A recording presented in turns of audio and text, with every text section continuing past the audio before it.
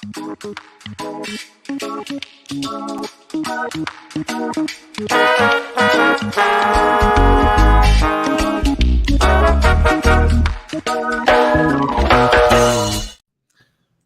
everyone, to another episode of Representing the Resin. My name is Jameson Wellborn, and we are joined today by Kyle and Shayla of ORGANIMELTS. Thank you so much for coming on, guys. I really appreciate it. Yeah, thanks for having us. Absolutely. I got to connect with you, Kyle, at Ego Clash this year, and you and Shayla both come very highly recommended from my good friend Hannah at Mission Hill Melts. So I'm super excited to have you guys on the show. I know you're working on some really cool stuff these days, but as we like to do, we want to start it at the beginning. So Shayla, I'm gonna pick you out. I'm gonna single you out. Why don't you tell us more about yourself? Tell us, where you're from, where you grew up. I'm Shayla. I grew up just south of Denver, really. There's like a little suburb town there, and grew up on the mountains, snowboarding and living in the outdoors, really. Denver is like such a different scene now. So I truly grew up like with the boons right next to me and a creek and in a tree house that was very poorly built by me. And were your parents like supportive of and like promoting the outdoor activities, or did you find yourself just naturally drawn to them? I just 100% was never in the house. I just always would just wander out and go find mischief and people and friends, and just rolled with a solid crew of girls through the neighborhood, and we're constantly playing in the creek and getting into trouble. That's awesome. So what was school like for you? School was all right. The high school that I went to was fairly large, and so I switched to a different school. Graduated with 32 kids. It was a night school, so I snowboarded in the day and went to school at night, and had a job. I worked pretty early in the morning and then would go to school at night on the days that I did that. And wow. Yeah, it was great. I loved that school. It was perfect. Was that by choice? Was that your parents' idea? Like, what was that? How'd that come about? It was more of a not expelled, but you're no longer welcome at the first school. I was a troublemaker for sure, and had no problem telling people that I didn't like them, especially authority. And so the principal my junior year was like, yeah, you're just not allowed back here. And I was like, okay, but other schools in the district? She's like, you're fine, just not here. And I was like, okay. I think it was the debaking my convertible in the parking lot that really set it in. What happened? I debaked my car. I had a convertible, like pulled in. Oh, it opened the top. Yeah. Yeah. I think that was the final straw. So talk to me about, cannabis. At what point in your childhood did you become aware of the plant? I knew, like I said, growing up in Denver, I knew that you smoked weed inside and cigarettes outside. It was just a regular thing in my life. And were your parents users, or did you have older brothers and sisters? Yeah, my dad, he was just a partier. I would always go tailgating, CU Buffs games, things of that nature. I had a ton of uncles that were never really my uncles. So I knew what weed was like from a very young age. But I probably didn't start smoking until I was like 13. I think I was for sure 13. I stole weed from my best friend's mom. I think we tried to roll it in printer paper, now that I think about it. It didn't work, obviously. But eventually we wisened up and started buying pretty good weed. So was that like a sort of quick development of a relationship for you between your first experience and when you were using it regularly? I think like right away, I realized that it helped me like really mentally. I am a kind of person that when I consume cannabis, I'm just like, okay, let's go. Like I get super motivated. My to-do list might be expansive and I might do 100 things at the same time, but generally they all get done. So I learned younger that it helped with my mood. It helped me focus. with anxiety, all kinds of things, and just felt so much better, and that I was more of myself, and could focus on like what I was doing while using cannabis. So I started using it just with friends just to have a good time. But by the time I was like 16, 17, I was like, no, this is medicine. This is legitimately what I need to have that like comfortable, even keel kind of mentality that helps me just get through life. So Yeah, I think that's for a lot of us. So how were you, would you say, like, when did you become a medicinal habitual user? Like, did that happen really quickly, or did it take some time? So I think it took some time. I think it was around probably when I moved to Breckenridge, I was 19 or 20. Anyways, and I moved to the mountains and kind of found this really good crew of people that liked really good weed. And I found that it helped so much more, like with like muscle recovery and things of that nature. And it just became every day, no matter what, grabbable. Not only was it like currency in the town, but it also was like something just like that I just needed like every day. So it's helped a lot. I've had a few solid tolerance breaks in between. There was a while there that I think I don't remember. It was like 3-4 years ago that I was like, I don't know what's happening, but I feel like my organs are shaking. So I didn't smoke for like a year and a half. And so now I'm back on it. Not back on the game. So what was, I mean, you had all day to snowboard in the latter part of your high school career, and where was your headset at coming out of school? Were you looking to just head to the mountains, or what was your plan? Yeah. We actually joked about this. So I was like, I'm going to California. I'm going to go to the beach. And so I went out on a road trip with my friend and had just the worst time in LA and got the worst tattoo, and just everything was terrible. Like came home and I was like, I'm not moving to California. I need to go to the mountains. And it worked out perfectly because I dodged so much nonsense in Denver and really got out of a lot of really sticky situations in the city. And in the mountains, it just became a family, a community, like an actual lifestyle that was like meant to be. So Talk to me a little bit about that. Like, you were snowboarding every day. Was it towards a goal, or was it just for the love of the sport? And then were you working to support your habit of snowboarding? Or how did that work? Yeah, we living in a mountain town like that, it was so small and there were so few women when I first moved there. So it was like, get a job, you'll pay your basic like utilities and rent. You have to get a second job to be able to eat. So I worked 2 jobs. I had one on the mountain, so I had to snowboard to and from work. It was amazing. And then after I turned 21, I was able to get a serving job. So I waited tables. It started in the afternoon at 5. So I would just snowboard all day long just for the love of the sport, just to be in the trees, hang out with my friends. I knew every single shack. I could go ride through so many shacks, like 6 in one run. And that was basically my goal, was to be in the woods all day until I had to go to work.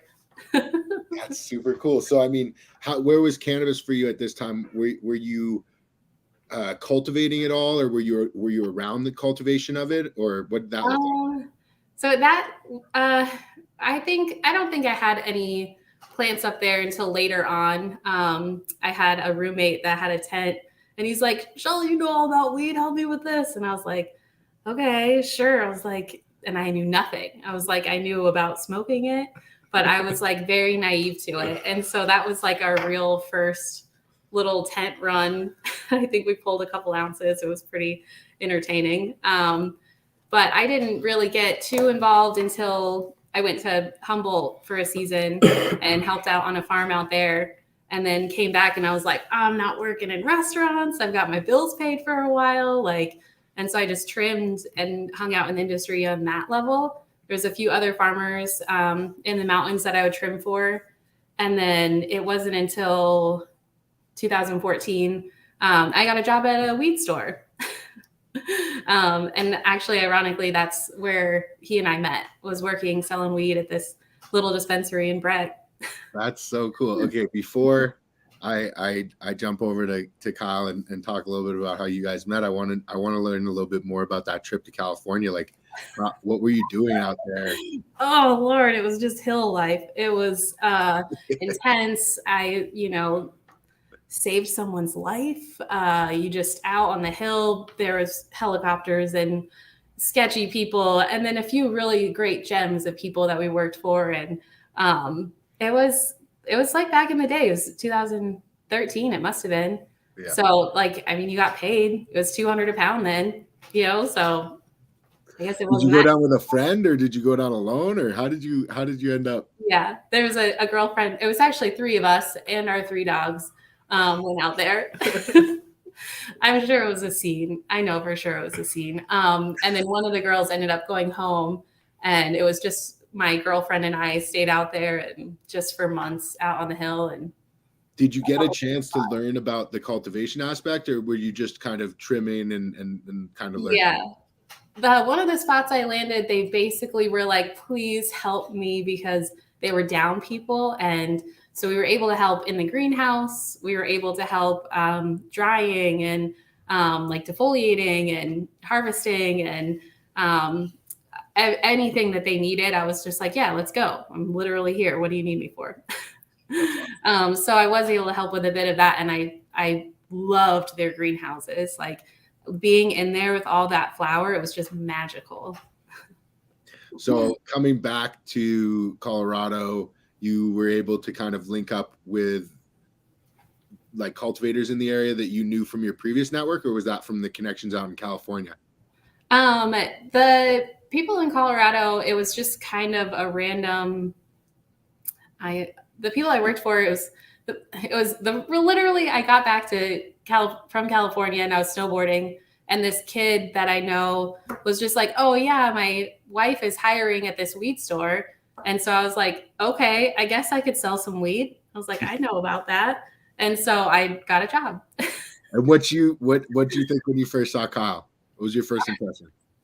The funny thing is I had heard about him because I had moved to another town. When they hired him, he was basically like my replacement. So I heard about this kid with dreadlocks and like this kid, Kyle, blah, blah, blah. He's selling more weed than you. And I was like, no, he's not. Like, yeah, he is. I was, and at a lower price. Like he is selling more weed than you, because I was a hustler there. I would sell all day. I could just crush it. I loved it. And so I was just hear about this kid all the time. And even this girl at a pita place started telling me about him. And I was like in another town. I was like, who is this guy? It was so funny. So then when I did finally meet you, I think I was moving product from a dispensary to the other dispensary to then the grow. They were like 5 hours apart in the mountains. And I was so high. I was so high. And I came upstairs in the shop and I just grabbed my dog and just laid down on the couch. And he just came around the corner and he was like, hey, you need some weed? I was like, no, I'm so good. I'm so good. It's actually, technically, I was like, I'm your boss. Nice to meet you. I was a compliance manager for the company. And so it was pretty funny. It was just a very classic CHELA and Kyle moment in order to actually meet each other. And then how did that relationship take a while to grow, or did it happen pretty quickly? It took a while. Yeah. Oh God, I can't even, I'm almost embarrassed thinking about just that time of our life. Oh Lord, we were just crazy kids. All right, well, Kyle, I want to hear a bit from you. So, before we talk about when you guys first connected, let's take it back and tell me a little bit about yourself. Where are you from and where did you grow up? Yeah, I grew up here in Michigan. Actually, same Southwest Michigan area that we're in now. Grew up here, went to a little small town school south of here. Graduated with like 96 people, so it was like real small town vibes. Lived on like a little 5-acre farm in the country. I was born in Kalamazoo, so I was born like in town and lived here until I was in like second grade, and then moved out to the country, and so kind of have like a little bit of influence from both of those areas in my upbringing, I feel like. But yeah, I went to a little school down there, and Did you like school? yeah, I did. I did really well in high school and stuff. I didn't I don't know. I was just like kind of naturally like smart and did well in school. So I kind of like would goof off, and like some teachers didn't like me because of that and stuff, but I always like did well on my scores and stuff. So I don't know. It was a weird dynamic there, but like originally I was actually going to go when I was in like, I think a freshman in high school. I started having really bad migraines. And so I went to the doctor like quite a bit for that. Wound up having some CAT scans and other tests done and stuff, and couldn't figure out what was going on. And I went through a bunch of different medications, and finally, I think it was my sophomore year of high school, they were finally just like, oh yeah, here, we're just going to put you on Loratab, which is like an opiate. And I was 15 at the time, like a pretty heavy dose. And like, luckily I was smart enough to like research it a little bit and figure out that like, whoa, like I don't want to be doing this all the time, And that's kind of what, like I had found cannabis before that, but that's what really like led me to a real like connection with it. Interesting. So, I mean, what was your relationship like prior to realizing that it might be a solution to what the problems that you're encountering? Like, were you using it regularly prior to that, or was it not until? So no, not really, man. I was like, I don't want to say like anti it, but I definitely was more like, not like, oh, I don't think I want to like, this is when I was younger and stuff, even in like middle school. I was like, I didn't think I wanted to like, I was like, I don't want to be like a burnout stoner or whatever, because that's like how my dad was the head of probation and parole, and like my mom worked for the schools and stuff. So they were obviously not like pro weed. So that's like the influence I had from that. And like, I wanted to go into pharmacology. I wanted to get into the like compounding side of medicine. At what age did you decide that you wanted to? Like what? Like probably like when my freshman and sophomore year, I was pretty focused on it. Wow. Yeah. So usually freshmen and sophomores are focused on far different things than. And then like my junior year, I started taking college classes at my like local community college, because they offered a program where we could like, for the last 3 or 4 hours of the day, like go and take 2 classes a week, and they'd pay for it. So I was like, oh sweet, I'll go get some free college credits. And so I started taking like chemistry, just like stuff that I wanted to learn about too. Are you just naturally inquisitive, or were there certain things in your childhood that sparked those interests? I don't know. That's a good question. I think just naturally inquisitive, man. I just want to know like how stuff works and like what, I don't know. And then like when I started getting migraines and stuff is when I was like, no, I want to figure this out. Like if no one else can figure it out, I want to figure out the drug to figure it out. You know what I mean? So, and then when I realized, when they were just like, oh, here's Loratab, I was inquisitive about that too. And I was like, what is this? And started researching. And I'm like, why are they giving this to a 15-year-old as a 15-year-old, And so, yeah, that just kind of made me look into marijuana more. And then, I started trying it, and I realized that like, it wasn't helping with my migraines, but I noticed a decrease in my, how frequency I was getting them. Yeah. So then once I turned 18, as soon as I turned 18, I got my med card and found a caregiver. Were you able to like fully address the migraine issue ultimately? Yeah. I mean, I still occasionally will get like this same kind of headache, but it's really rare now. And I don't know, like from what doctors have told me and stuff, it's something that especially in like males you can outgrow. It's like a pubescent thing. So like when you're growing, you'll go through them. So it could be that as well. But I do know it did help with like the frequency I was getting them, and I got some relief if I was having a migraine and smoked. But so where was your head at coming out of high school, or I guess after you found that relief from smoking, and did you feel like that closed doors for you because you started using cannabis and you had this preconceived notion of being a burnout and things like that? No, not really, because I feel like I kind of saw through that pretty quickly. True. Like I met other people that were using cannabis that were not, that stereotypical burnout. And I was just like smart enough to be like, no, that's stupid. Like, that's not how it is. Like, you're burnout for other reasons. You just happen to smoke weed, 100%. Yeah. So, no, but I didn't like think about it in a career sense, really. At that point, I was still like, I'm going to go to school.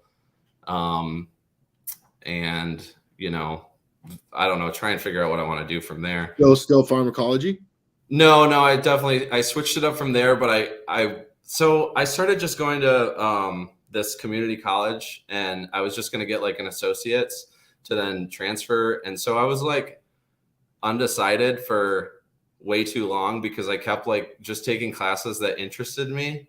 And then like I'd switch it up and take something else. And then like, I don't know, man. So I wound up having like a ton of college credits, but no degree because they were all just random. Like, I think it's like 64 or 68 credits, but like, you like maxed out on your credits. Yeah, they wouldn't. Yeah. He took so many credits that he like maxed out, and they were like, so you can't really get a degree. What was it? I was missing like something? I think it was like a physical education. Physical to get my like associates to then, and I was like, all right, well, I'm just done then. I figured it out now. I know what I want to do.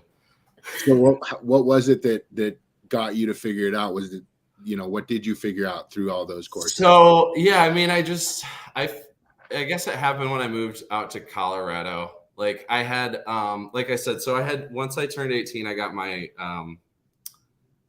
my medical license here or whatever, and then got a caregiver who is New Coast Nectars actually now, another great hash maker here in Michigan. He was my first caregiver, and he really showed me like good weed. And so like I got more into it, and he showed me a lot more about like, I don't know, we made hash together, and like showed me stuff in the grow and really taught me a lot about that opened my mind to that possibility. But I think it was like going out to Colorado. I was going to go out there on a ski trip with some friends, and we worked at a bar together. I was a bouncer at that time. And one of the friends that we were going out there with was coming into that bar underage. I didn't know it, but my other friend did, who was going with us. And so she wound up getting fired. And we were like, you guys just want to try and like live out there? So then we went from a week trip to like finding a place to live, and in like a matter of like 2 weeks. Yeah. It was like a week before we left, we decided we weren't going to come back. And then, wow. So yeah. I mean, what happened once you got out there? So once I got out there, I got found a spot to live. I was living with a buddy for a little while, got a job at a cookie shop, actually, making cookies for a while. And then, I don't know, like 6 months later, wound up getting a job at the Breckenridge Cannabis Club, the dispensary that me and CHELA worked at. And that's kind of where like my so even in high school though, like through all that, I was selling weed too. Like once I figured, like junior and senior year, especially once I got hooked up with New Coast and got that good weed, so I was doing that, but not like I was like, I'm not just gonna trap forever. I gotta do something else. Of course. So I mean, once you got into that dispensary, and it kind of felt more like, hey, I can do this out in the open. Like, like did it come natural? I got in a legal state. It was 2014, so it was like just legal there. And so like once I got into that, I kind of saw the opportunities, and I was like, okay, if this is happening and working this well here, it's going other places. Like that's really when it opened my eyes. So like, this is going to be, there's a lot of opportunity here. Yeah. That's awesome. And so how long were you working at the dispensary before you met Mrs. Omelts? Mrs. Omelts? So I think, okay. A couple months at least before you came back down or to Breck. Yeah. Because I was out there for the whole summer. Yeah. It was a couple months at least. Yeah. And then we worked together for time was very like irrelevant in the mountains. It was either summer or winter, and so we just like don't. And you were just kind of always like partying. It was a huge party town. We would send it, that's for sure, in so many different ways. But I think it was like the end of the summer. It must have been around September. Yeah, and I think I started working there in like August. So. Yeah, and then in July. We worked together quite a bit, and he was like, honestly, like people would just take one look at him and like someone would be selling someone else something, and they'd look at him and be like, "Well, what do you smoke, man?" Like, was wild, man. And he's like, "All of these, here you go." And like, we made tips too. Like we made really good money for what we were doing. Like people love to tip like up there, and you would crush it. It was awesome. Well, that was kind of short-lived. I mean, we only worked together for very little bit. That dispensary actually got moved off of the main strip to another side of town. There was a whole bunch of drama that way, but there was actually a show about it. Oh, there was a show. Oh Lord. There's a little CNN show about it. Sorry, what? Yeah, so there's a show, God. High Profits, on CNN. It's so cringy. Yeah, it's pretty so bad, cringy. But that was the dispensary we worked at, and I think we're both in that. Actually, we are both in that. 100%. I really wanted to be the person with the blurred out face, and they wouldn't let me. Like the last day, the crew was like, "CHELA, you have to sign this," and I was like, "I don't want to." They were like, "We literally say your name, like you're a part of this. You're the compliance manager, like you have to." And I was like, we were supposed to get paid. We were, but whatever. Never got paid for that CNN. But we moved to this other side of town, and the business kind of seemed to be not where we wanted to work really anymore. And at that point, I had linked up with some people and got a spot probably about an hour south of there that I was commuting to, partially with like my first like decent sized grow operation of my own. It was like a 25 lighter or something like that on a nice piece of property. So I kind of transitioned and moved south from there. Mm-hmm. That was before we got together, actually. Yeah. That was like just still friends, coworkers. Yeah. So how long had you been cultivating, Kyle, like from small setup? When was your first show? I mean, I did like I said, I did a little small stuff here in Michigan, and like it was more so like helping some buddies in their grow and stuff, and then I tried to do some little closet stuff that was whatever. But that when I moved out when I got to Colorado and I found these people, that was my first. That 25 lighter was the first like real grow that I had done, and they were just like, "Yep, let's do it." And I was like, "Sweet!" So I fucking started reading up and like talking to as many people as I could, and we crushed that grow, man. It was a good one. What was the setup like? It was pretty sweet. So it was in this garage. It was like a full garage, like it was like a 4-car, but with one walled off part. And I think I was growing in like a soil cocoa. I think it was called Coco Loco mix with like Botana Guard Botanicare. Is that what it's called?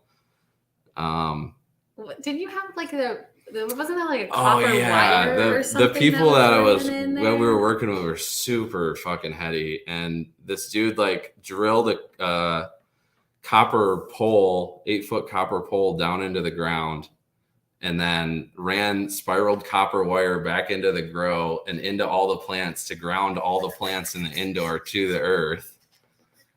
Maybe that's why It I was crushed, heady. dude. I need It to was do that heady. again. It was. We could see that.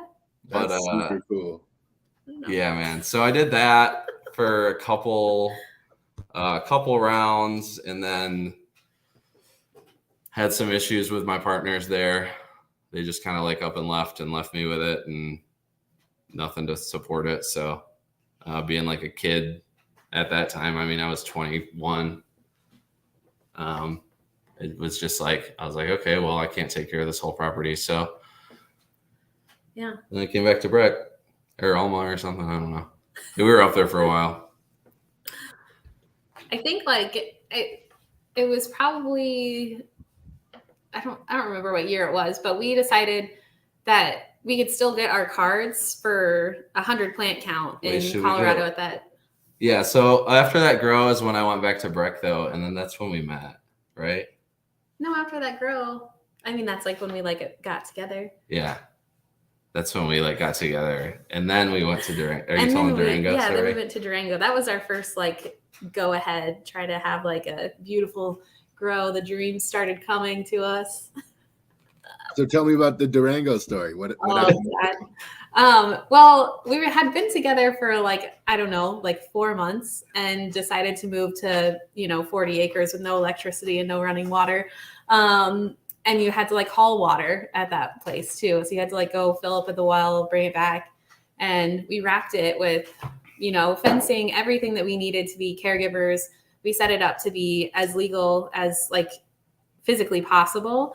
And so that signage and gates and, greenhouses and roads, like everything we built for this like property in really a short amount of time. There was like a shack that was there. That was pretty sweet. That's what we lived in. What Yeah. we lived in. Yeah. By like, lamplight, like the oil lamps. Oh, it was so good. I loved it. I loved it out there. And it's like Durango is very desertous in areas. It's like high desert. And so we pulled shrubs to like make a road and then built a greenhouse and dug so many holes. And again, the partner that we partnered with, we weren't seeing eye to eye with.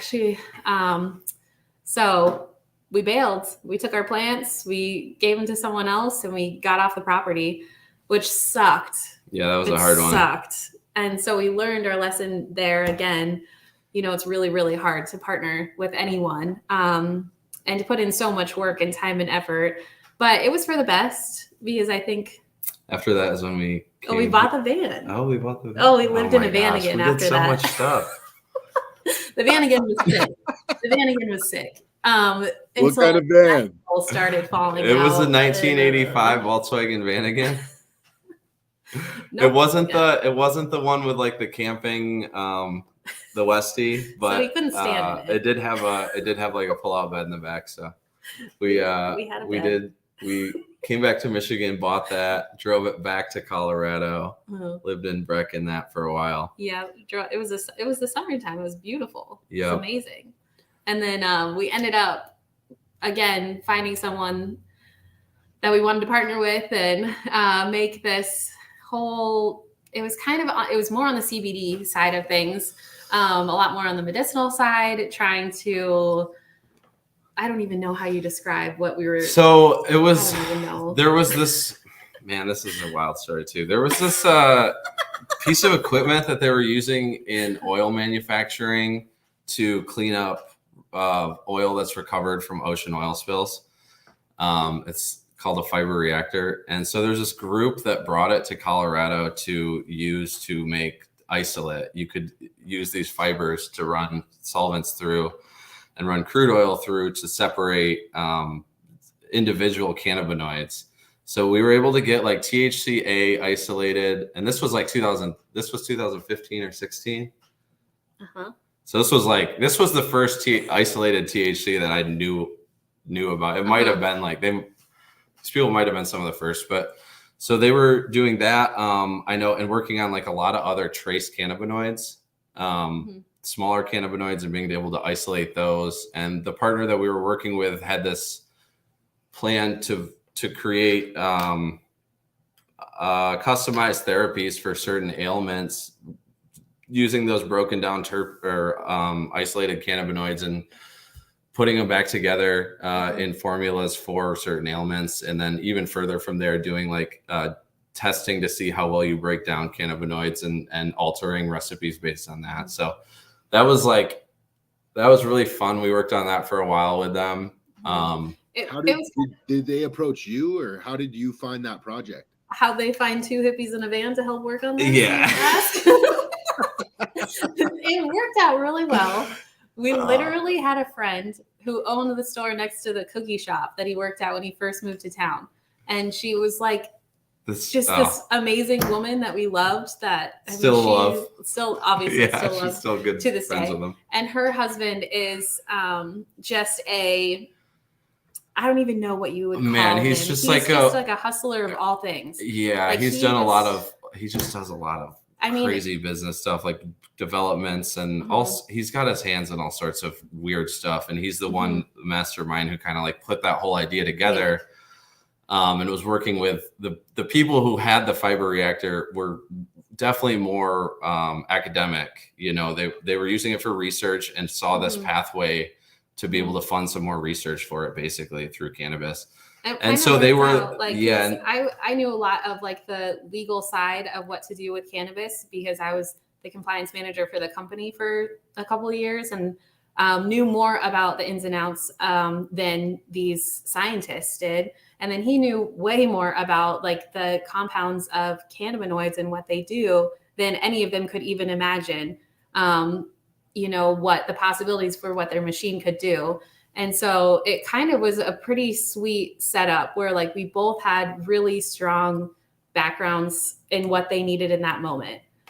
So we were pumped on it. I mean, we did a lot. We did a lot of work for them too. But again, that one just like got way too big, honestly. Tried to bring it to California and like got some other partners involved and then and so it is. So we moved away from that one too.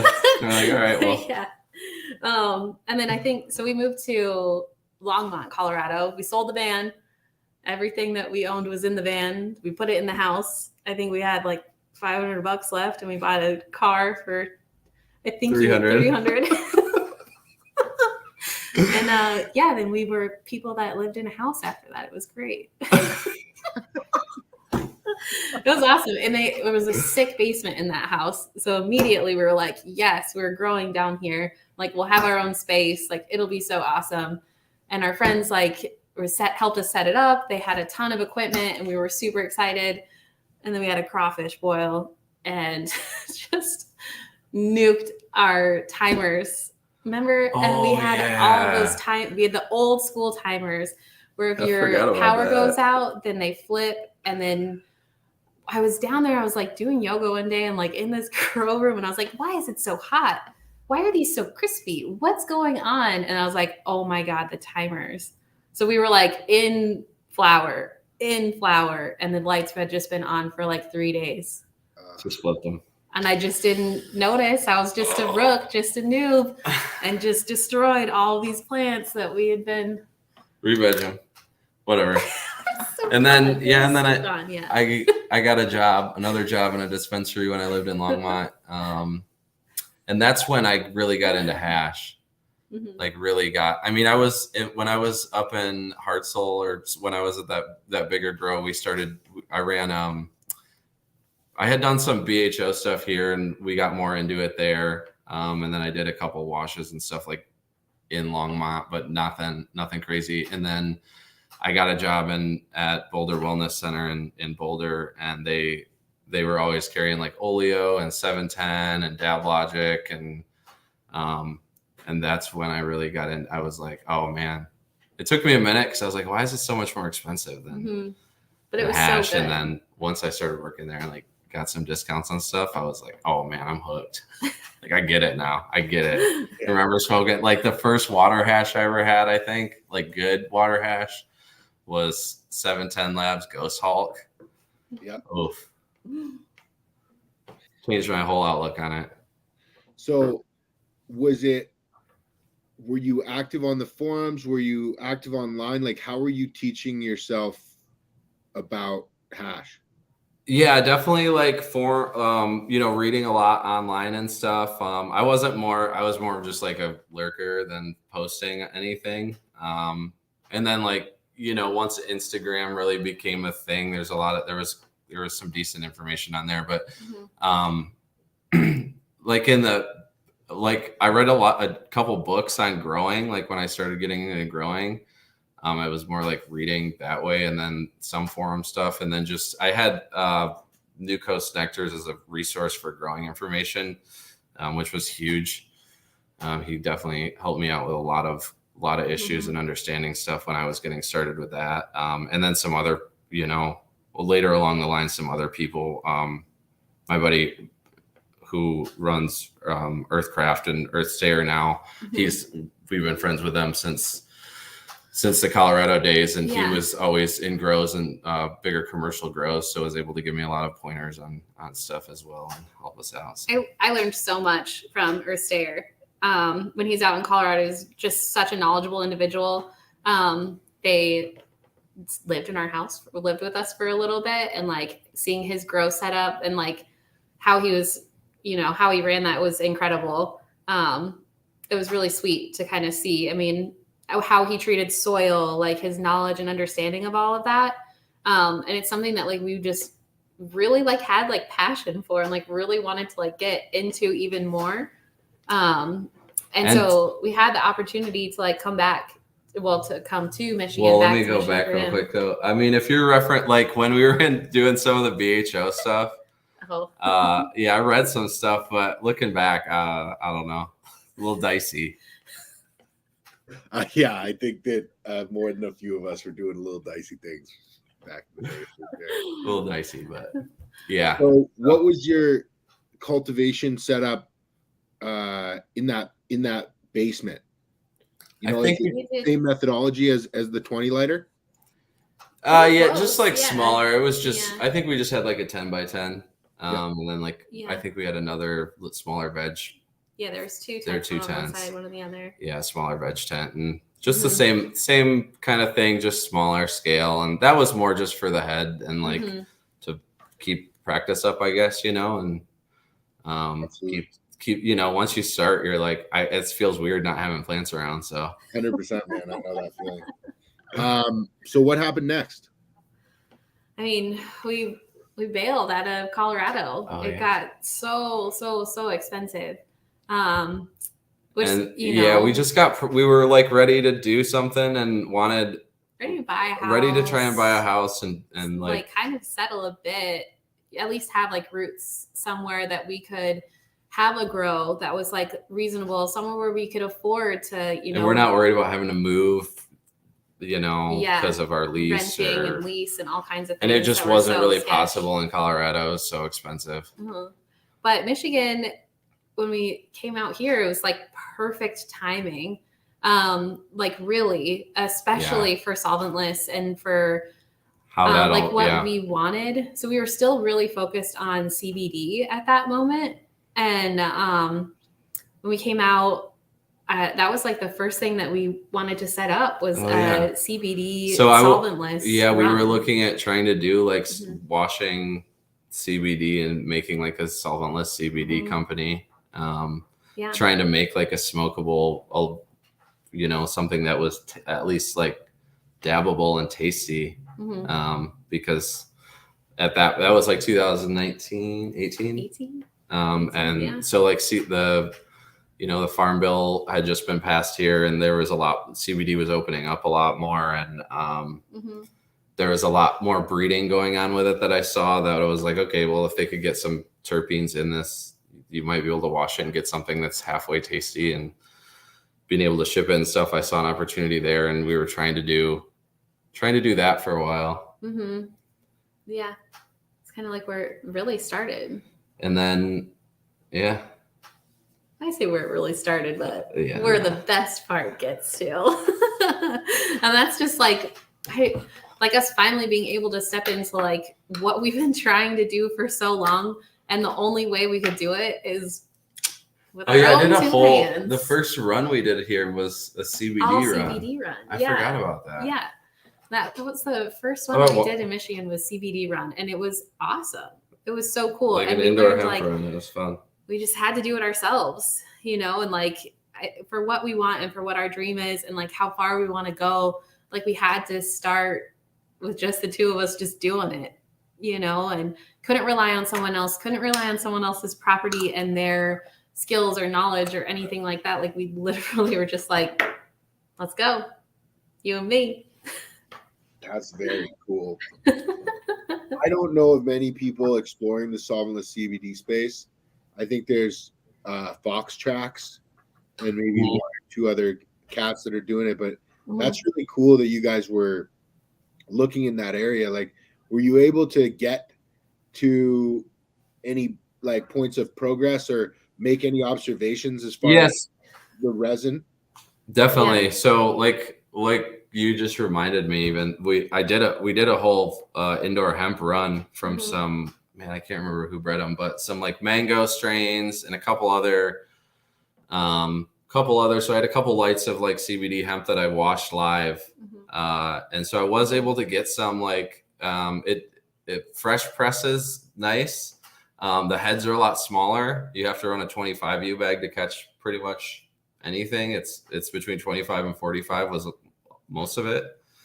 But that was just from, one run in that room. I have washed some dry cured hemp as well and found similar results. Like it's pretty small heads. Interesting. Very interesting. So I don't want to interrupt the story. I have more questions, but we'll get into those later. So what happened after this project? So then I started kind of washing with What did we do? how did it get to be like OAG? How did it get to be where we are here today now? There's so many things. The thing about us is like we have really just put in like such funny roundabout ways to like get where we are and like how we like did what we had at the moment. I'm just like, oh man. So I think that it was just that CBD run, and it was with like our buddy New Coast, and I mean, I just watched that bachelor party or something. Oh yeah. Oh, you like sent it at that bachelor party. Yeah. And he comes home and he's like, this is what we're gonna do. Oh my gosh, I remember now. You were just like lit up about it. Had this whole conversation and just were so inspired coming home from a bachelor party. I was like, all right, let's go. I don't know. It just like hit me. I was like, well, why am I trying to do this with hemp? Why don't I just do this with like do this for real? Yeah. And so I had linked back up with New Coast, and then another buddy of ours, and started doing some washes with them. And I went and it's because our other buddy showed me some pictures of some trim run he had made, and I was like, that's awesome. That looks fucking great. Like, he's like, I don't know, like, should we wash it? I'm like, yeah, let's wash it. I'll come help you wash it. Let's go. And he's like, okay. And so I was just stoked that someone was going to let me come wash for them in their cold room. Yeah. And so I like pushed them to start doing it. We kind of all started pushing each other towards this. Like, I was just hyping them up and being like, this is awesome hash. And they're like, okay, well, let's run it. And then we built out more space to also start producing. And we kind of formed like a collective between the three of us that was like OAG, Ordinary Average Guys, was our like first hash brand. That was us three. And then we did some stuff with that for a while. It only took us like a couple runs to decide to wash the whole garden. Yeah. Because for a while it was like, oh yeah, like, well, you have some like flowers. They were like one guy would be like, oh, we got to wash. Oh, I got one wash. Yeah. And so then finally our next round we were like, no. this whole room's going to wash. I was like, I would rather smoke hash all day anyway. Yeah. Like, were the cultivars that you were holding washers, or did you just get lucky? Dude, it worked out that way. Like at the time we had papaya, 6 straw nana cut, some Tropaya. No, Tropaya was later. It was Kush mints that washed awesome. Wedding cake. That was a little later too. We had some really good genetics and access to really good genetics that just wound up like That's crushing it. So So what Banana. how long did the like collaboration Ordinary Average Guys continue until, was it Organomelts that formed after that, or how did that come about? Yeah. It was. it kind of just like it was about a year and a half Kinda. or so. I think that was that we were a group, and then there was just some, again, like partnership stuff, like no hard feelings Yeah. between any of us. Yeah. But we just kind of all went our own ways, and Yeah. and yeah, I was, like, just fairly we formed respectful, yeah. Organomelts after that. I think it came about, like, I quit, like, working at my regular job. I don't know. It must have been 2000. I think 22. No. The other way. 2020. I think I like completely quit, and I was like, I will just take over. I will do this. Like, we're gonna grow. I love it. They love me. Like, I love being able to work with plants. Like, I want to just be full time there.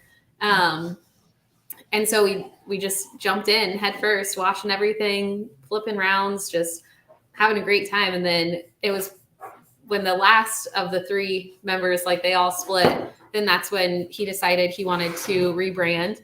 And so we decided to rebrand and because it was just us, and like, I was always a very like quiet member of like, or I was just like helping in the grow, help trim, help harvest, like help wash. But now that it's just us, like, it needed to be more clearly stated that it is just us, husband and wife brand, exactly the way that like we know we can function and like work with and do. It's just a matter of kind of showing up that way too. So it was pretty sweet. It's like when like a lot of like events and things of that started happening in this area, and the timing worked out pretty perfect. And I think like within 6 months, Organomelts got invited to Ego Clash, so that felt pretty good. That's very cool. So you guys primarily, or are you guys single source? Are you guys like working with other farms? How does Organomelts work today? Well, I'd say like 90% single source, if not more. There's a couple people I'll do some washes for here and there. Yeah. But it's pretty much just us. We just have a little indoor setup, and then we do have like a greenhouse that we run every season as well, just one full term run in. I love my greenhouse. Yeah. My greenhouse. What It took a long time to get there, I tell you what. are you guys pheno hunting actively, or do you usually bring in cuts? Oh, okay. I brought in one cut, and we were so excited. We like partied at a Green Sky Bluegrass, met this guy. He had the Not Mac Peaches cut. We were so excited. We got it, paid for it, and like brought it in, ran it out. Beautiful, love it. And then it turns out that no, it's an F2. It's an F2, but there was just we were told by someone that our flower wasn't what the actual plant was, or whatever. It wasn't Mac Peaches. So then I just changed the name to Not Mac Peaches. Yeah, so we ran it as Not Mac Peaches. But that was the last cut we took. That was it. I won't do it again. I won't do it again, because it's like we really do cherish and take really, really good care of our plants. And I love being able to say like that is like our OGKB flavor. That is like our lemon cane flavor. And like, you don't have other people that are running the same thing as us. Like same phenos, that same pheno. Yeah. I like to say mine, but obviously it's like, archive, it's really the big boys that do it, and it's their genetics. And we always will represent and say that it's their genetics, but to feel like I went through 11 plants and like grew them out and specifically chose like this one particular one and like loved and cherished it, that feels really good. Absolutely. Are you directly into the ground in your greenhouse, or are you in beds above ground, or what's the setup like? Actually, 100 gallons, 100 gallon pots. Yeah. So I've thought about chopping them and dropping them down. I'm just nervous that they would just blow past the greenhouse walls if I did that, honestly. One was like 15 feet tall this year in a 100 gallon pot. Wow. They're big. I say one, but one was 15. The other one hit like around 14, 12. So yeah, they're pretty if large. I put them in ground, I I'm would pretty need sure a the bottom bigger of those ceiling. pots are pretty gone now, but yeah, they are in hundreds sitting above it. Yeah. That's awesome. I grow some monsters out there. What are you guys doing nowadays for feeding on your indoor? Well, so I mean, for a long time, we've switched mediums for what we've been using. We were in cocoa for a minute, and then I wanted to replicate my greenhouse indoor, so I fully switched to soil and Like in 4x8. in 4x8 beds. And so I was using Earthcraft last summer in the greenhouse and natural ferments. I really like Craft Blend tea from Build a Soil. I'd use that and rotate through our ferments that we make and Earthcraft. Perfect. It was exactly what we needed for them. So I'm replicating it inside here. So as long as my labs is ready soon, I've just been sitting here staring at those curds. I'm like, are you done yet? I need you. So once I get that going, and then I can start mixing in our other ferments, but straight Earthcraft is incredible. It's a water soluble organic nutrient line, again, from someone that we love and trust and has been through all the same battles that we have, you know, and is finally doing it on his own, ready to rock, like amazing water soluble nutrient line. So that's very cool. Yeah. Yeah. It's cool to be using like a local to us nutrient and a small nutrient from a small business, which is like, I mean, kind of rare in this space, you know. So it's cool to support that. What observations have you been able to make as far as how your plants express in the greenhouse versus indoor? Oh my gosh, they're so different. They're so different.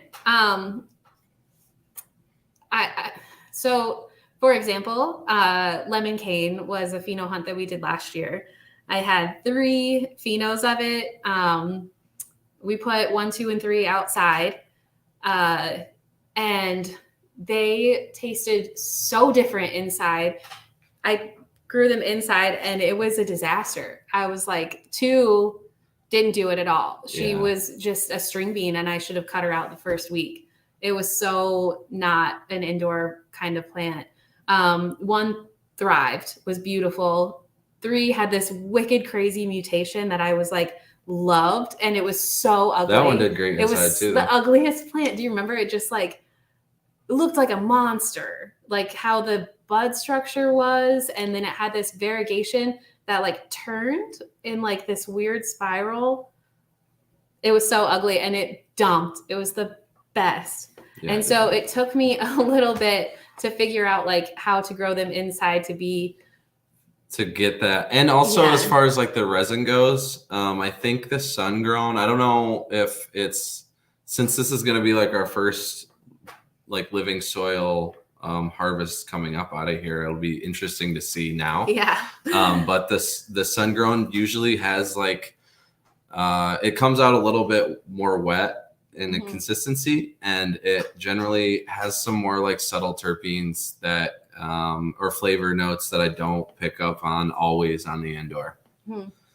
There's some slight, I don't know, differences. Like the lemon cane out of the indoor is lemon cane 1 out of the indoor is a little bit more like sweet candy, whereas on the greenhouse it has a little bit more astringent gas on that back end of it from the do-si-do, I think. Like we've had people that know the difference. Like if they're like, was this the sun grown or was this the indoor? And looking at it with my naked eye, I could tell for like the lemon cane 3, I was like, you could see the difference in like the water hash for the 3, where like you could see each. The heads are generally a little bit with bigger the naked eye, massive. And then for the indoor, it just looked a lot like finer, a lot smaller heads. And the flavor is just like out of this world for sun grown. It just is. I truly think it is like the best expression. And indoor is just to try to be a little bit like outdoor, but I don't think I'm gonna try. I'm gonna try to replicate it. This is my experiment round where I want to try to make my flavors taste the same in both spots, and I'm gonna do it. Are you seeing that observationally larger head represented in the bag as well when you're washing, Kyle? Yeah, that's where definitely. That's kind of where I like picked up on it at first. A lot more in like the 120 to 159, in the outdoor stuff than you'll get in the indoor. And that's kind of why the way that you like layer your bags too is like more specific for indoor and outdoor as well. Definitely. To like, just because like a lot of them we've ran before, so we'll know where the heads are at basically. And so there's like a whole science and knowledge behind that you just have in your arsenal up here. We're headed right into the cold room for questions. So I'm always interested in bag sets. I'm always interested in makers, different styles of, how they like to set up for pulling melt versus doing other stuff. So yeah, please elaborate, Kyle, on how you like to get set up for your bags. Yeah. So like if it's the first time I'm running something, or the first time I've ran something in a while, I'll usually do like pretty much the first wash will be like, I'll run a 220 and then 190 and then a 160 and then a 120 and then a 90, a 73 and a 45. Like just pull everything that first wash. I do and then every single time he has to list it back to me again because for some reason I have such a hard time remembering which ones are going to go. I'm like, okay, did I get it right? And I feel like I'm like, it's different every time, right? No. So I don't know why it's so hard for me. They're color coded. Yeah, so I'll usually just do that on like the first run and then see where stuff's at, So I feel like I have a pretty good eye now of what I'm looking for in the bag as far as like what's going to be melt quality. And that's generally going to be in the, between 73 and 160, somewhere in like one of those layers in there. And so like I'll pull it all and get an idea of what I want. And for melt, I only do my first pull. So then after that, I'll just run everything else to 73 to 120. And then now I'll take my 45 to 119 and 120 to usually 160. I might take like first pull up to 189. I'm mixing all of those to do like a budget variety for people. That's been turning out really well. Even the budget looks. Wait, what? Oh, I'm sorry. No. Go ahead. I'm sure the budget looks pretty fire as well. Like if you're putting all those washes in there, I wonder, but like are you always pulling melt? Like, are you guys melt smokers? Your name, ORGANIMELTS, like it would. I'll pull it if it's there every time. Yeah. Right on. Yeah, I just keep it separate for sure. I'll like if I'm gonna do sometimes I'll mix some back in when I'm pressing is what I'm trying to say. Like to that 73 to 120. Sometimes I'll mix some back in, but I'll usually keep most of it out as melt or then just do some first wash 90 to 120 presses. Are you doing much resin mixing? I just started to a little bit more, yeah. I'm just kind of like playing with it a lot more recently. Well, yeah, I had done some like washes where I mix stuff in a wash. And sometimes I feel like that muddles the flavor of, I don't know, it just becomes one. And sometimes like I like to wash and then press together, the heads together, and you'll get like two distinct flavors then. Whereas when I wash the strains together, I don't get that. So that's like the way I'll mix if I mix stuff now. And even I try to keep it separate too. in the wash. Like we've got a couple phenos that like the dark rainbow that when we had that run, there was one that like was super belts leaning and one that was super GMO leaning. And when we wash them separate, but then press them at like a percentage together, so good. Yeah. Then it's like we can create the. And so now we like when we run dark flavor. rainbow, we just run both phenos because and they get mixed together. because that's like the expression of dark rainbow that we're looking for. Yeah. So it's like really where, like, when we started thinking more about it, it was that dark rainbow phenos that we were blending and like deciding like what to put with what, and then like really thinking more about like other fun blends that we could do that we really like. So. Yeah.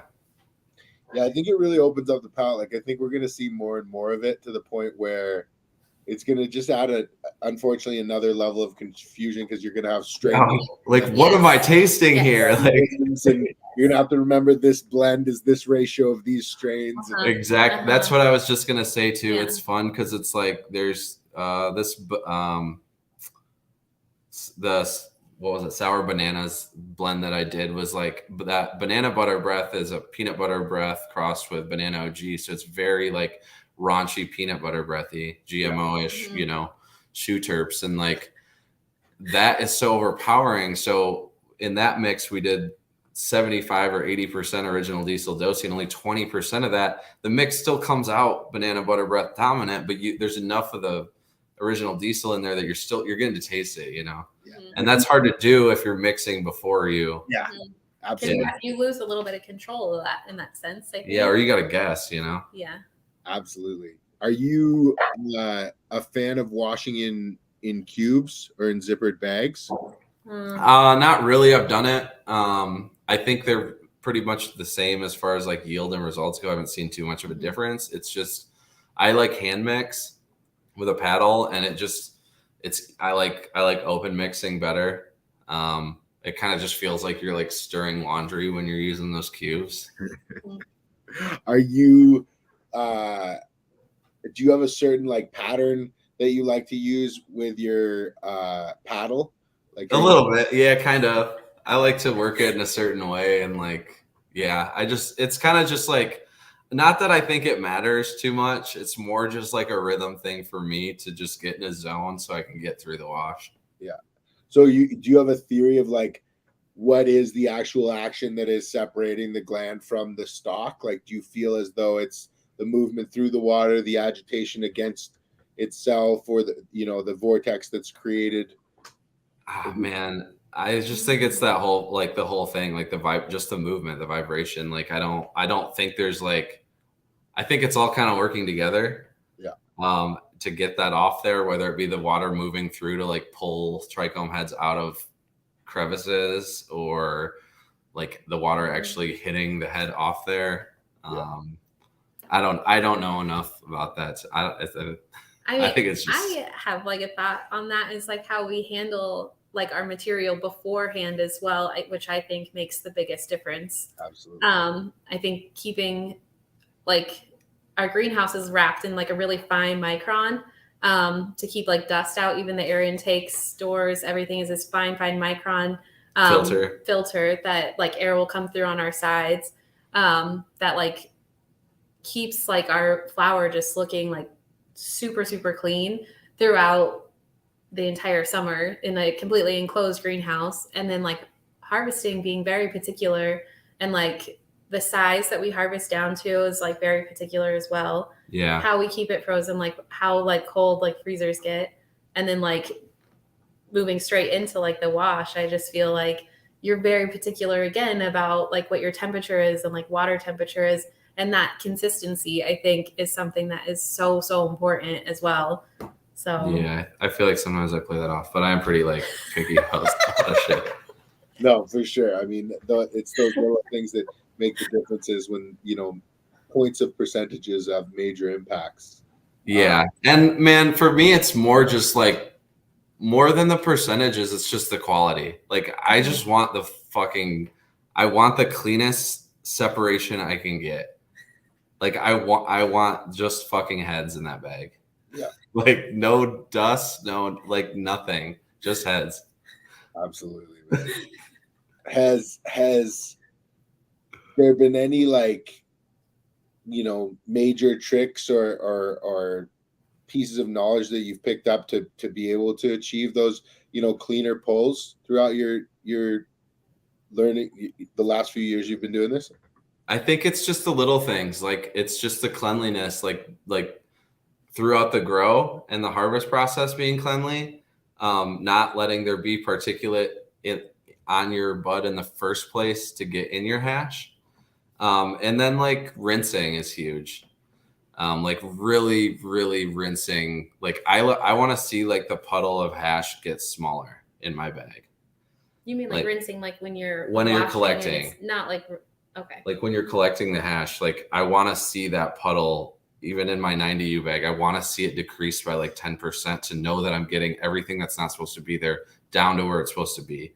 Like I don't want to like trick myself into thinking I had a bigger 90U pull because there's a bunch of 45 I didn't rinse through in there. Like I don't care, I want my 90U to be 90U. Yeah. So that would be the biggest thing. Like just be really thorough on cleanliness and rinsing. What are your thoughts? We're seeing a lot more machine assist or machine washing vessels coming out. What are your thoughts on top agitation versus bottom agitation? Like, have you? I'm really excited to see. Is the hashtag going to be at Moth? Absolutely. Yes. Do that. Yeah. I'm really excited to see that. We actually, when we were like OAG or with that partnership, we had an icon. We had an icon for a while. I wasn't in love with it, but I also didn't have a long enough time to play with it to dial it in. And I've seen people do good things with them. Yeah. But I do think there is something to the top down agitation for sure. I don't really know enough about it to say, but I do think it's just more gentle, and maybe for rosin it doesn't matter quite as much. But when you're getting into isolating full heads that aren't, you don't want them beat up, so you do want to treat it a little gentle. Is that like gravity helping? Like, no, it's just like, the paddle like the comes down from the top instead of being like a vortex under it. Yeah, because like you're pushing down from the top, so gravity still is going to pull. Gravity definitely plays. Yeah, gravity plays, I see what you're right? saying, because like because in your washing machine it's going to pull, and then for us at least, like for our it lets them settle too. The head settle, and then it like you drain out of the bottom of our tank. I don't know. Are you guys doing any exposing any heat post process? Like, are you doing any jams or rosin pens, jar cures like that? Yeah, I do like some disposables. And I'll usually just use that same, like the budget tier stuff. Again, this is the guy that wanted to, go to school for pharmacology at 18. So he plays around with it all the time. And like, I mean this in the most like loving way. Like he wants to like sit and like watch and like see how these things are going. He's like, did you see this? Did you see this? Did you see this? See that bubble? It's amazing. He's like, now can you watch it for a minute? And I was like, okay, I'm gonna watch it for a minute. What am I looking for though? And like, I love like your excitement and curiosity that you have with it. So like, I mean, like we generally we cold cure for our brand, but having all these like fun, new, exciting, different ways to like get your tech like down right. And he's always changing it, like always like, and I love that. It's like, and so you have what you know works for us, and then all these different things. Yeah, we've been playing around with the jam, doing a little bit of that, and then the filling pods or whatever too. I've been using the kung fu's. I know. Like it's surprising. Like they don't always turn out nice, but when they do turn out nice, they can be incredible. Like there's some fun ones. I am definitely getting it down a little more now to where I'm gonna be comfortable doing some nicer runs and stuff. But I'll probably keep that pretty limited too. I still haven't found like a jam that I prefer over. I just love cold gear, I guess. There's a handful. I found a handful I know they're out there. Mm-hmm. I'm not doubting it. Speaking of cold cure, let's talk about fresh press. All right. What's your opinion? What's your thoughts? It's I don't know. It's not my favorite. I'll like dab it. I'm gonna dab it every time just to try it out. But I definitely prefer the cold cure. I think from a consumer point of view, fresh press is kind of cool because if you want to like watch it throughout the process, you can do that of curing and still get a similar result to like a large jar cold cure. Mm-hmm. I don't know. It's not my favorite though. I think the terpenes develop in the cure and break down and get a little bit more subtle or like homogenize, I guess. And I just prefer that expression generally. There's a very few strains that I like the fresh press more than a cold cure, if any. What about freeze dryers? What are your thoughts on air dried melt versus freeze dried melt? So that's a good one. I just tried my first air dried after we got back from Eagle Clash this year. I was inspired. I just tried my first air dried in a while, and like probably since like 2015. Mm-hmm. And it went a lot better than 2015. We've learned a lot. We've learned a lot. But yeah, I feel like it taught me a lot. Like I didn't realize how quick you can get hash dry, right? So like if you have a patty that's wicked properly and frozen and microplaned and has enough surface area on it, those heads are hydrophobic, right? There's an exoskeleton that's made of waxes and lipids that isn't going to hold water. So what's holding your water in your hash is generally going to be plant material if it's wicked and microplaned. Like, so if you have good hash that you're air drying, it can get dry really quickly. Is basically what I'm getting at, because it's just the water on the exoskeleton like evaporating in the air. There's nothing like holding the moisture. So like the freeze dried stuff we did was dry before my freeze dryer run was. And I was like, whoa. Mm-hmm. I think. Yeah. So I don't know. That was cool. I wonder though when you go to do that again, like you just have the cold room was at a very specific temperature. Do you run? Because then it's like, well, what was the humidity like in the air that day? Like, does that matter for how long it dries? Yeah, I had the humidity. Absolutely. You have it all set? Yeah. I don't know what I'm saying. I don't know. I was just thinking for like the elements if it like would make a difference. No, this guy was trying to be a pharmacologist. He's 18. Come on. I know. Sometimes I ask questions and then I'm just like, oh yeah, that's pretty. What are your thoughts, Kyle, on like, was it you had the same resin outside the freeze dryer as inside the freeze dryer? You consumed it. What was your opinion? So I think that I did get some more. It's kind of like we were talking about with the sun grown versus indoor. There's just a couple more like subtleties. Some of the I think some of the more volatile terps actually stay in the head when you air dry it as opposed to putting it under pressure in a freeze dryer. There was like very subtle tasting differences where I was picking up little things that I wasn't in the other hash. Not that it was a crazy difference. I think it was pretty negligible, but I do think the visuals of air dried hash are appeasing, and it was a lot more stable at room temp. It was stable for a lot longer before it started to grease up or get melty, you know. Are you focused? What are you setting your shelf temps at? Let's start with that for the freeze dryer.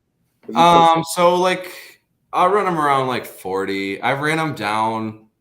I've heard people running them super low, so I ran them down to like 0 or 5 or whatever, -5, and then up to like 55, and played around with that quite a bit. I didn't notice too much of a difference on that. What I do think a lot of people are running freeze dryers for too long, and me included, for a long time until recently.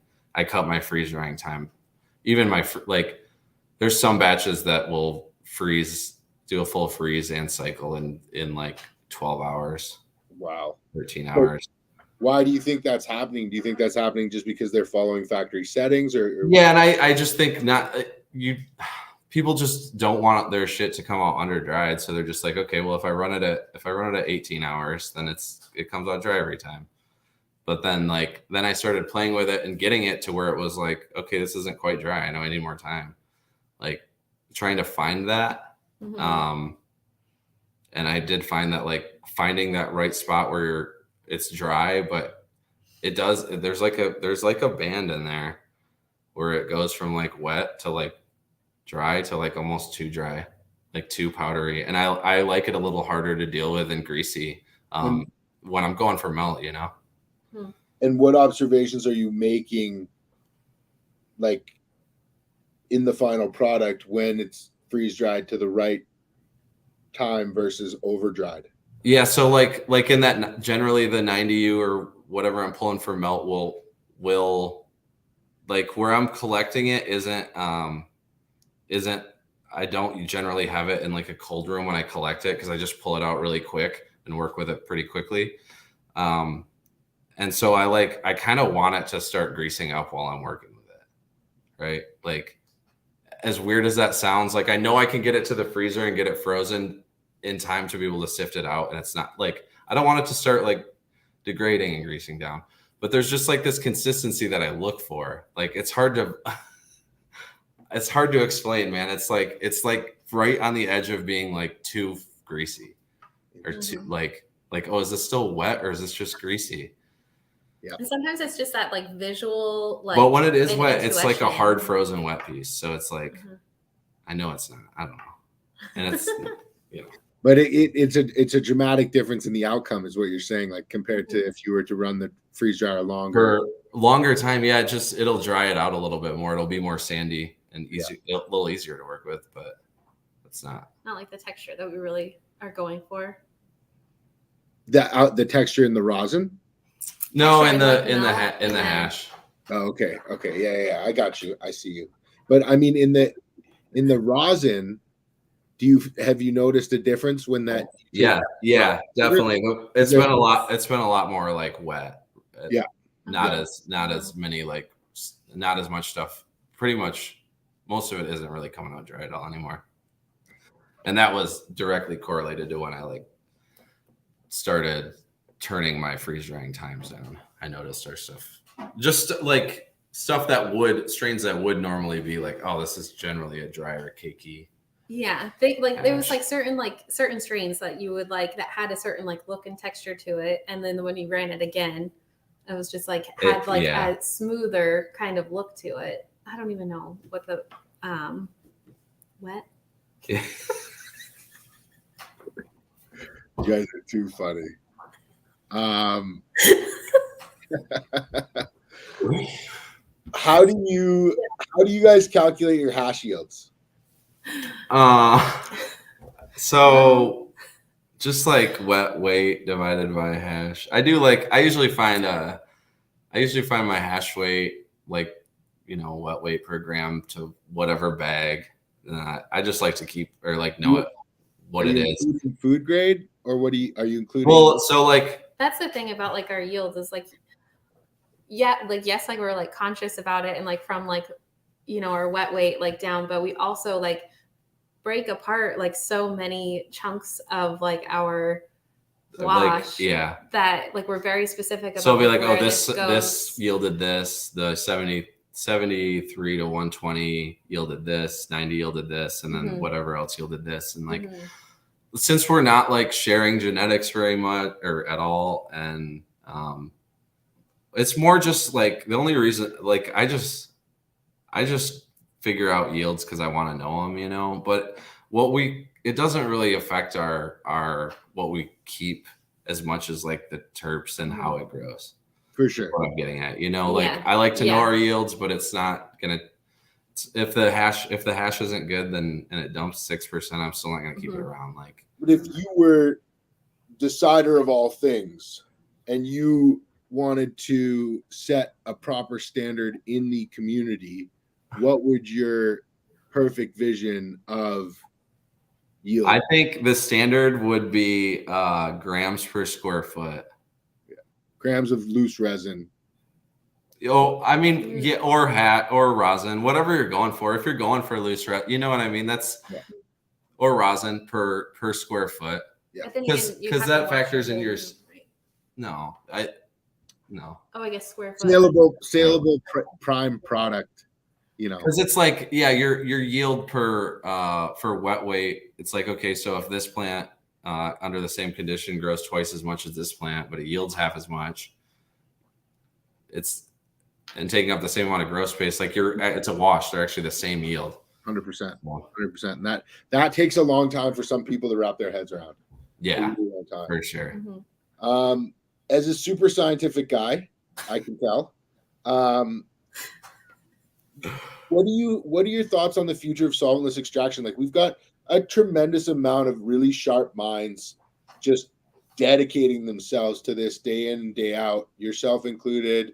Do you see that there's a lot of innovation coming in the way that we're going about these practices, or do you feel as though we're just going to further refine the traditional practices that have been passed down for many, many years now?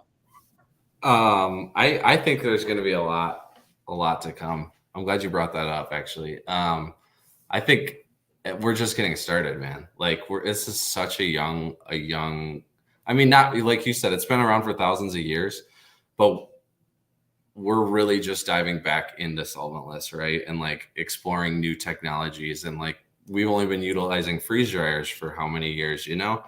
It's like, that's still a new technology to us. So like, I think there's going to be a lot. And I think, like on the consistency side of things, like, yeah, I prefer fresh, or I prefer cold curing stuff, but I don't think it's healthy for anyone to be like knocking other people for what they're doing, because that is what's driving all of us to find these new and like exciting ways of doing things, you know?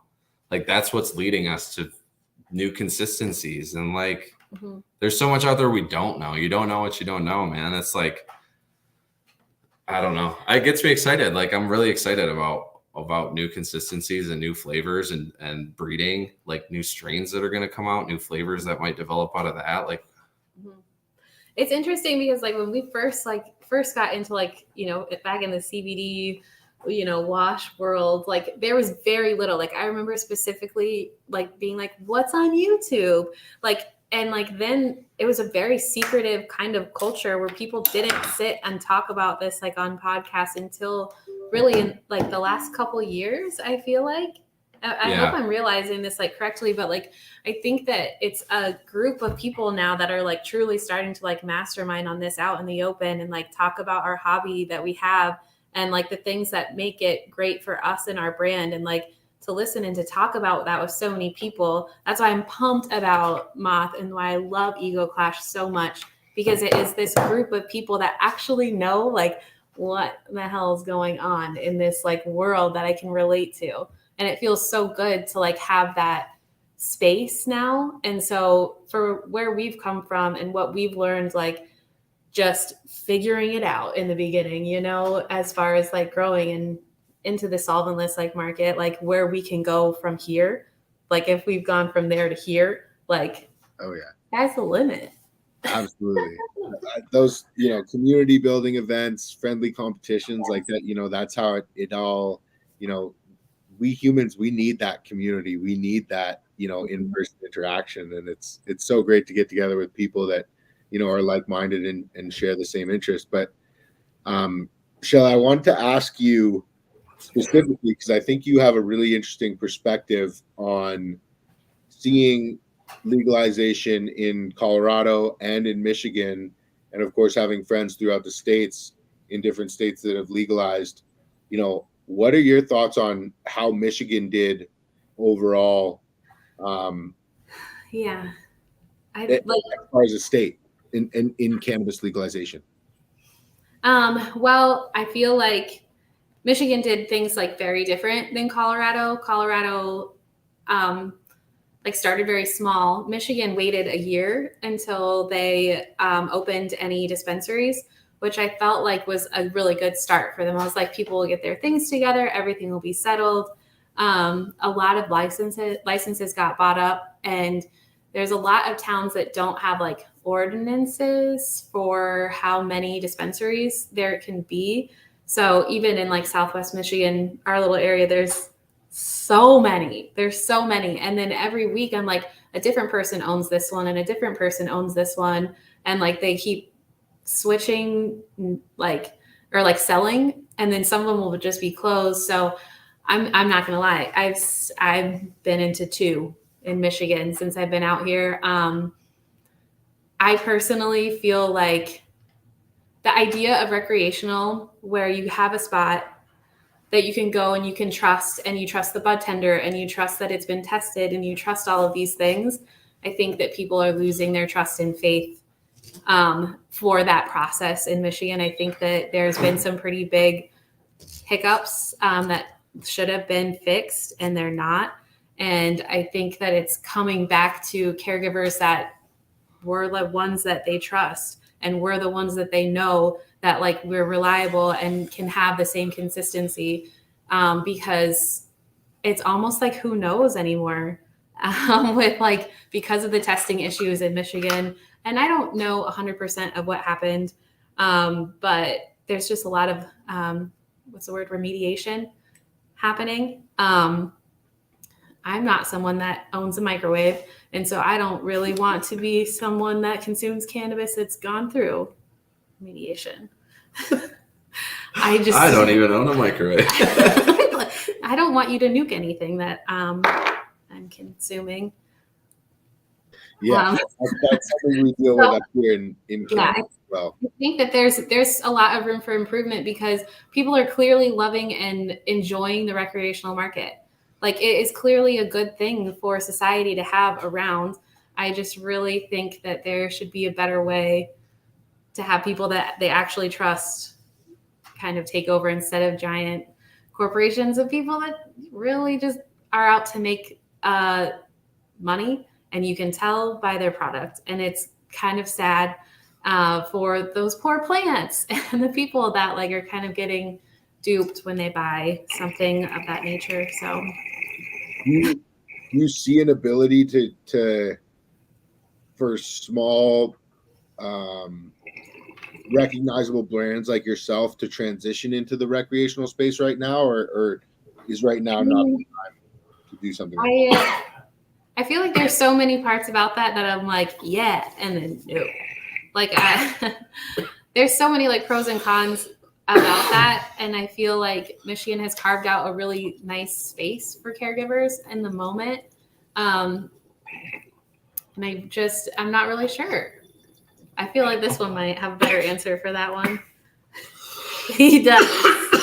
Yeah, I don't know. I feel like there's just a lot of barriers to entry now, and then once you do get in there, the prices on rec stuff here just it's so hard to like compete, and we would have to like really rely on our brand name to be able to get the price that we would need to even operate. It's not something we haven't looked into, and like talk to even people about doing some sort of licensing deals or something like that.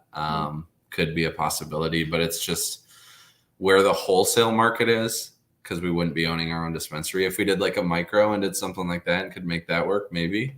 But where the wholesale rosin market is on the metric side of things, just it's intimidating to look at that and be like, yeah, I'm gonna enter that market.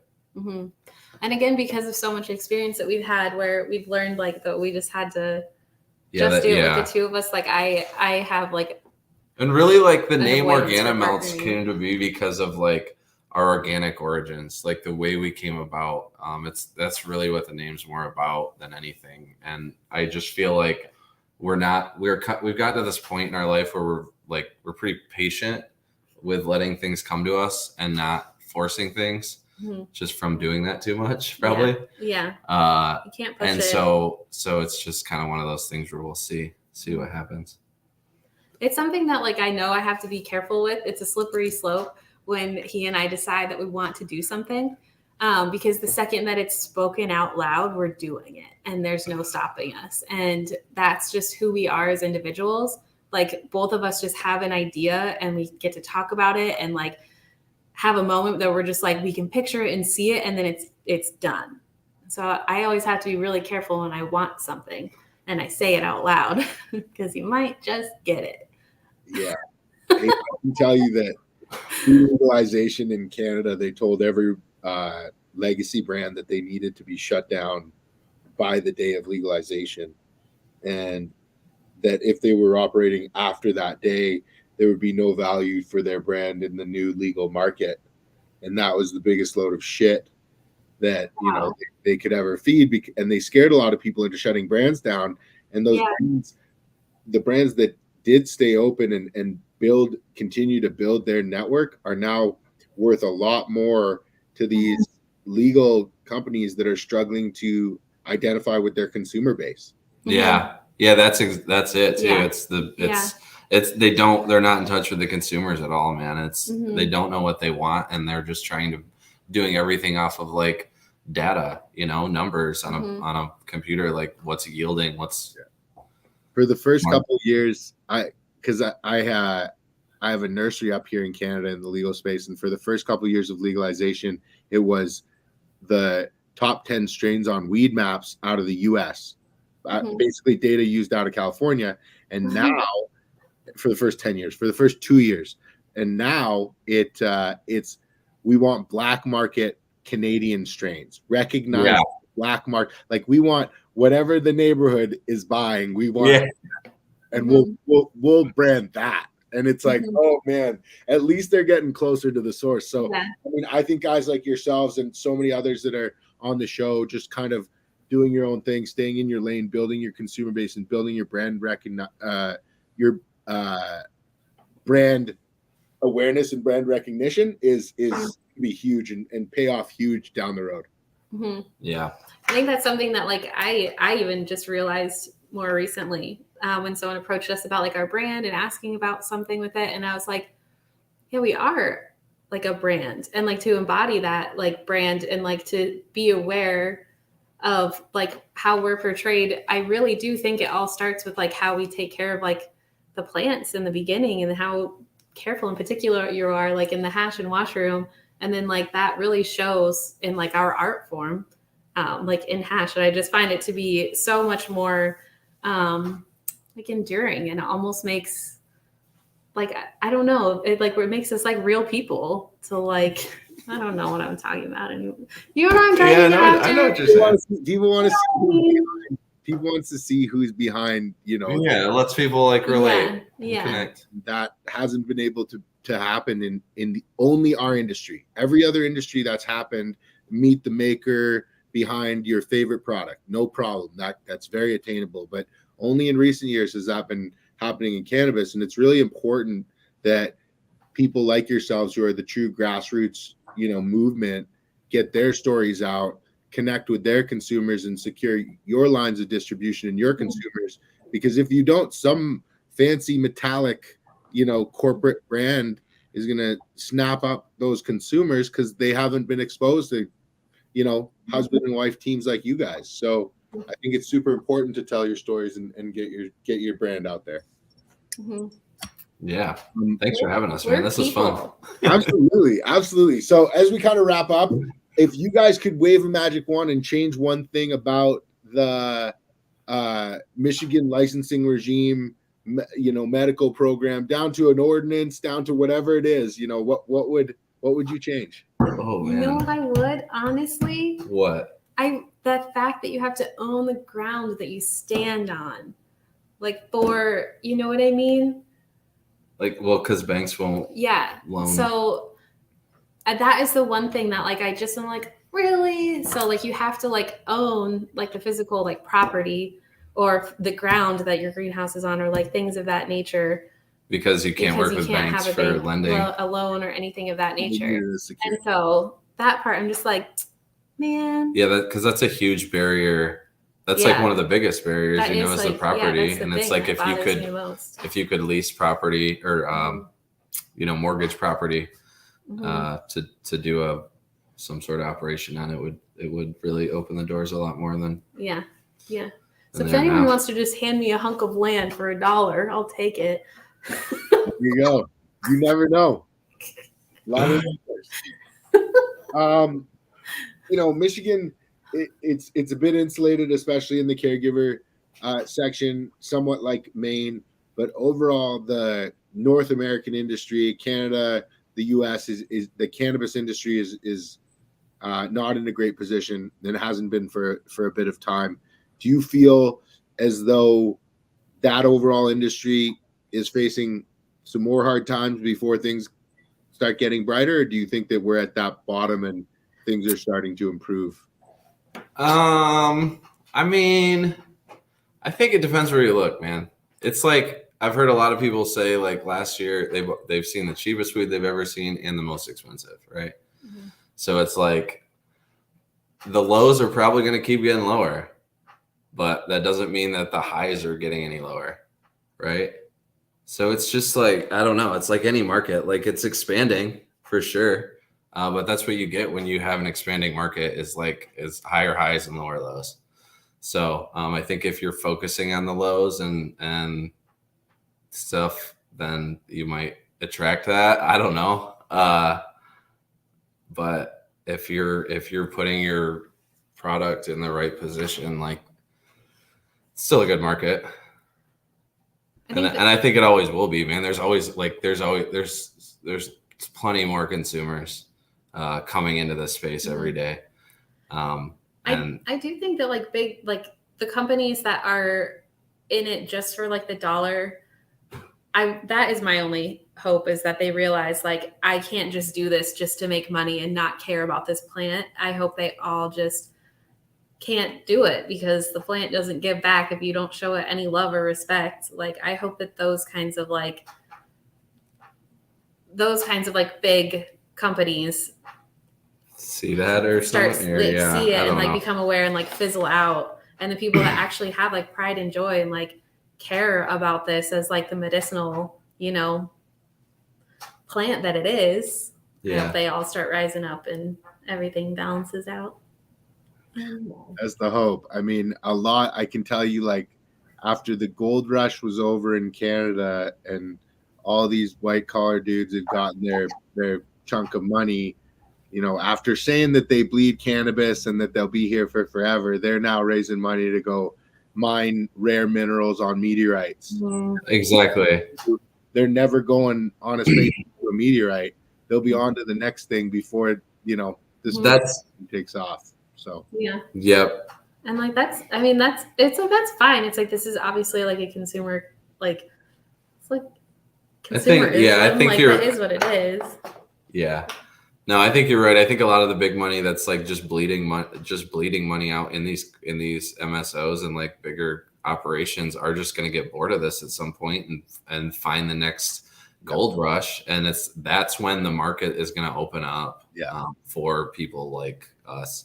And I don't think, I mean, how much longer can that be, until there's already companies shutting down, that are feeling it. And it's like I'll stay in this market and let them feel that in the rec market. And then once it levels out and you can buy businesses for penny on a dollar, then when someone says this land is $1 and it's yours, you're in.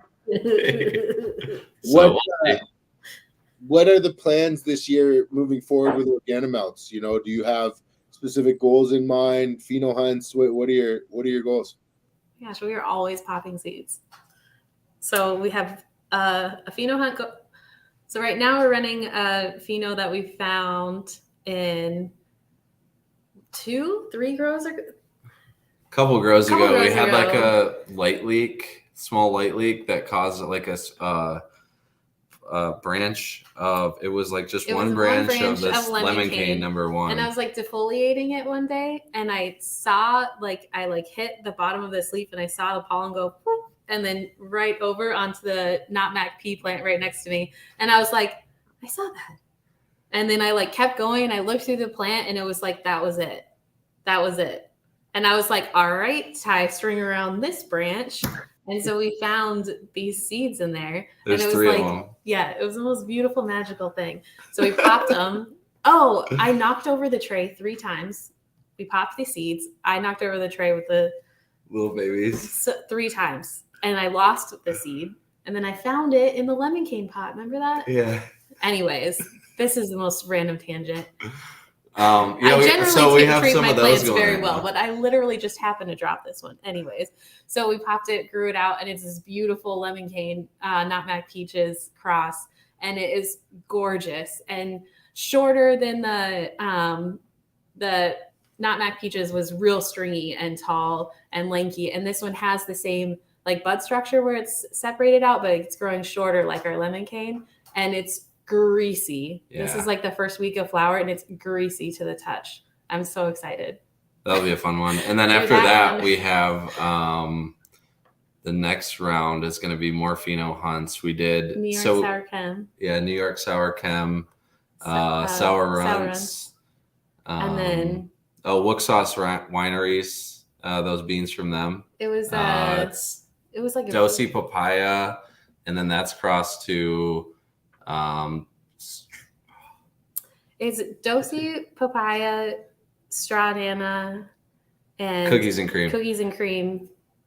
So Cookies and Cream crossed to Stradana back cross, and then that crossed to Dosi Papaya from Wooksauce. And then we just popped Some more original 12 diesel Dosi-Do. Yeah, 12 more or 15 more original diesel crossed with Dosi-Do Femmes from Archives Expedition line. And I didn't throw any of these seeds randomly all over my grow, I promise. I'll made it into their cups in very happy little homes. That's awesome. You guys aren't playing around. That's some hot heat. Yeah, so we But like to keep popping stuff because like You we don't bring cuts in, and Yeah. people like new stuff all the time. I like new stuff all the time, so Mhm.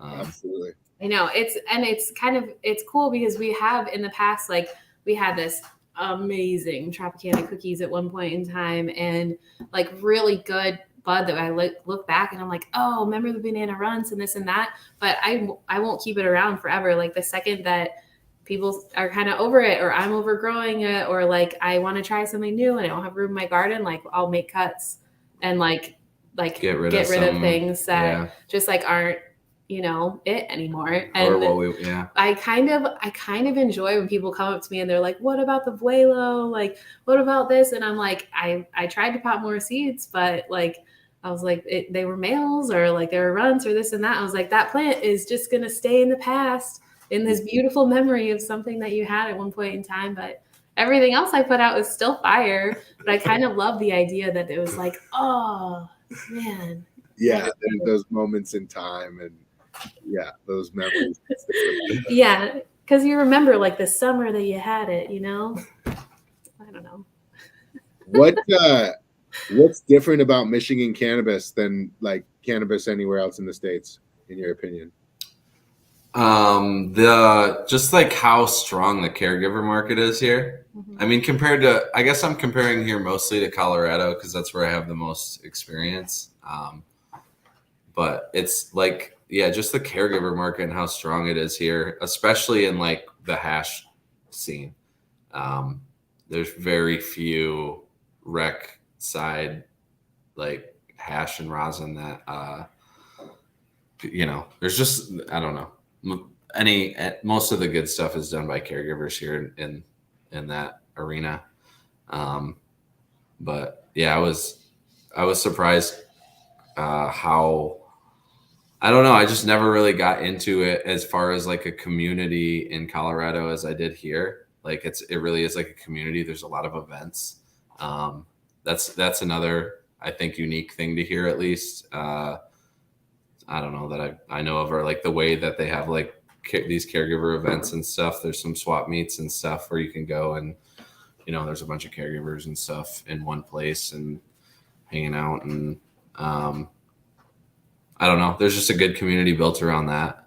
And that's cool. What advice do you have for people wanting to, get set up as a caregiver and follow in your footsteps? Oh, man. I would say just do it. Don't overthink it at first. Just go for it. Just because you got to start like failing to learn. Mm-hmm. So just start trying whatever you got to do, and you'll find your way. And like, just as long as you stick with it, you're going to figure it out. And then as far as like hash advice, like I said before, just be thorough and be clean. Mm-hmm. Yeah. Treat your plants with the same respect, and like really take care of them, It's like, I think it's so important to take care of your plant from like all the way through to the wash, Yeah. It's super give it love. You got to give it love. It's super apparent you guys have so much love for the plant. It's like it bleeds through you guys. So I love that. I know, huh? I guess Anybody that you want to shout out that you didn't have a chance to while we were, going through your story, this is your chance. Open mic. Take it away. Shout out MI Beneficials for sure. Yeah. Keeping us laced up with rose beetles. Yep. And all the beneficial insects. Uh-huh. And then he used helped us out a lot. Top dress from him too, the Benny Boost. Yeah, helped us out a lot getting there transitioned over to soil. I appreciate that. Oh my gosh, yeah.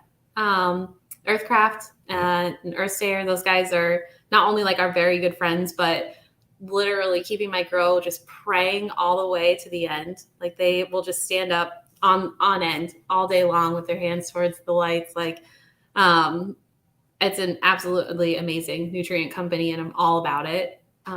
Shout out my mom. the only person she hung up on me when I